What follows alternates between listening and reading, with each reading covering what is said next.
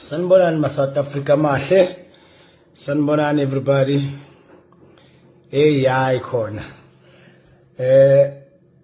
Angilwi namuntu but ngiyacabanga ukuthi manje kumele ngiyibeke 99. Yabona? Kumele ngiyibeke 99. Ngiyabona uTsovila ukuthi coach must be fired.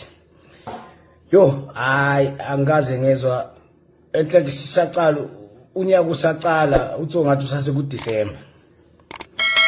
He's a coach ngaleso sikhathi unama badge. Why anga coach namanje? Why anga coach? Why Tso unga coach mfana kithi? Somewhere nje sikubona ucoach because unama badge. Hayi reckless mfana kithi the way ukhuluma ngakhona I'm sure nalentwana ezidlala manje izoluze respect kuwe. I mean ucoach he has done so much. Lose now uyakwazi lo.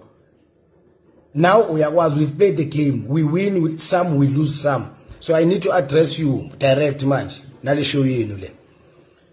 Yabona criticizeayo nje kuphela only negative things kuphela and you don't follow ngama facts. Ngihlale ngisho awunama facts. Khona manje uthi uHugo Broos kumele acoshwe. Acoshelwe ini? Umuntu o build a team right kanje young players. Now we've got a pool of players. It database into beyifile besinganayo before this guy. Ungaqosha ucoach wena 5 months before you World Cup. Lo munye kumela enzini lo munye. No so hayi mfana ayikho lentweni yabheda uthiyami awukhulumi kahle bhuti wami. Hayi and we coach. I don't know if abantu bayazi we coach njani ekhuluma so. Lo muntu lona mfethu sigcine kudala ukuluza.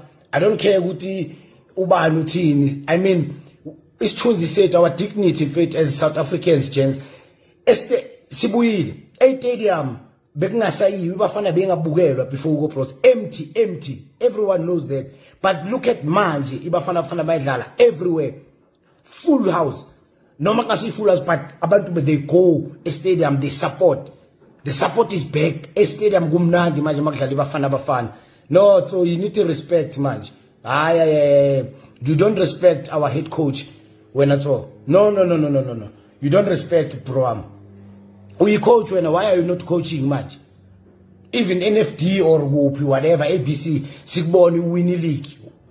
Unama badge uhleli now you busy bashing people lapho kule show yenu le. Mina will never allow that for South Africa. Mina I'm defending South Africa. I'm defending our head coach. And sesikhohliwe now we need to sekumele sikhohle umsebenzi ongaka uyenzile lo mjito. And bring these young players the way sesidlala ngakhona nani. Yes, sisashota lapho nalapho vele. I'm not saying we are perfect, but this guy has brought sesine team, sesine direction as a country. And khona manje uthi wena usamgcineleni basamgcineleni ngoba uthe uyahamba. So there's a difference between living and retiring, bra. I'm disappointed and I've been disappointed long time ago but manje I think usase ku December wena akwakahlaphukela. Azange uHugo Broos athi I'm leaving. He's retiring. There's kunomehluko phakathi ko I'm leaving and retiring. He's almost 80 umadala. He's retiring. He's not leaving. So uzovela ngama issue. Angiyazi le agenda. I don't know. There's something. Angazi why ni push agenda yaka le agenda yenu le yaka yokuthi uHugo Broos must go in. It's stupid. That's a very stupid comment from someone like you so.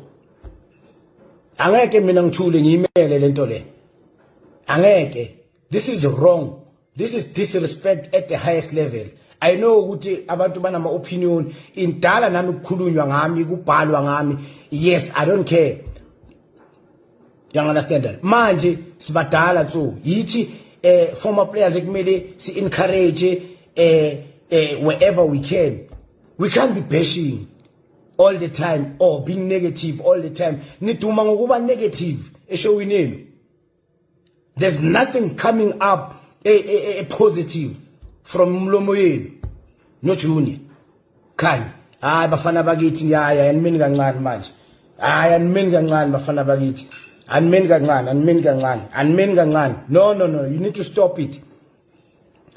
eyiphi coach eke yasqualifyisa for iAfcon back to back sagcina ni qualify ku for iWorld Cup because sagcina qualify ku World Cup ngesikhathi sethu when I was part of the team and we went Korea Japan 2002 Korea Japan World Cup.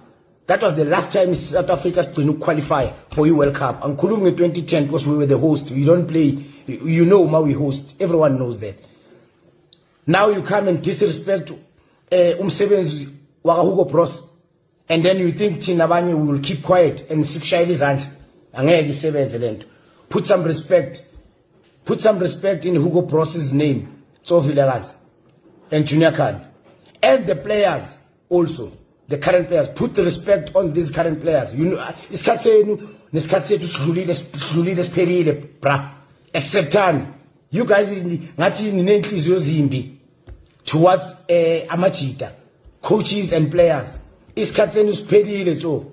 And angifuni ukukhuluma into eziningi wena so because mangakhuluma ngawe kuzomosakala. Ngiyakukhuza nje ukuthi bheka umlomo wakho bra.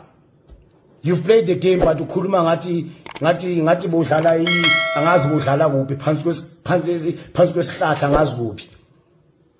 You don't respect professional players, you guys. That's my problem. You don't respect them. You don't respect professional players, and you were expecting, you were respected when you were playing, or you wanted to be respected.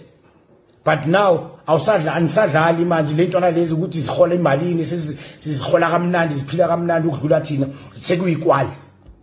You bashing them high and low.